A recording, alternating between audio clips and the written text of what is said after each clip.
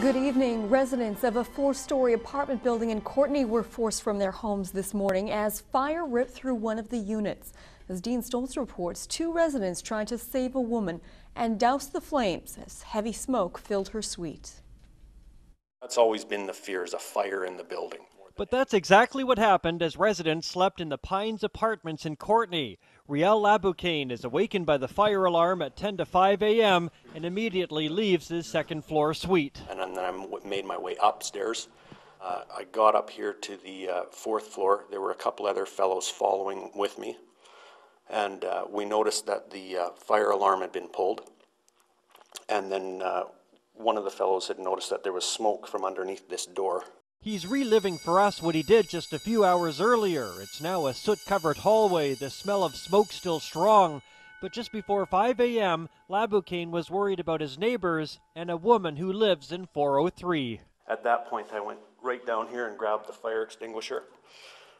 I knocked on the door. There was no answer. You know, I felt it to make sure it wasn't too hot or anything. And I entered, and as soon as I entered, it was just black smoke.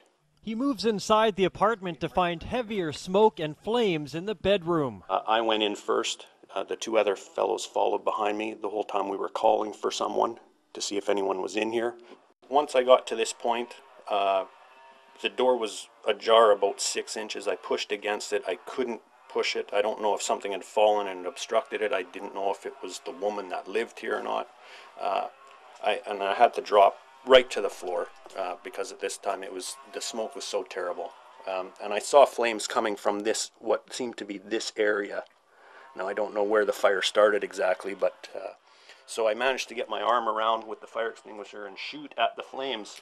It all happens in a flash, about 60 seconds, he says. He puts out what he thinks are all the flames and heads outside, unsure of the woman's fate.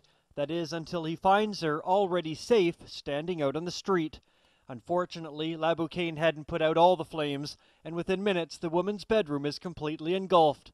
The fire department arrives and douses it, but he is praised for holding the fire at bay for even just a few minutes, or the whole building could have gone up in smoke. It could have been their lives when they were saving somebody else. It's believed that a cigarette caught the bed on fire. Residents of the 4th floor are now being cared for by social services.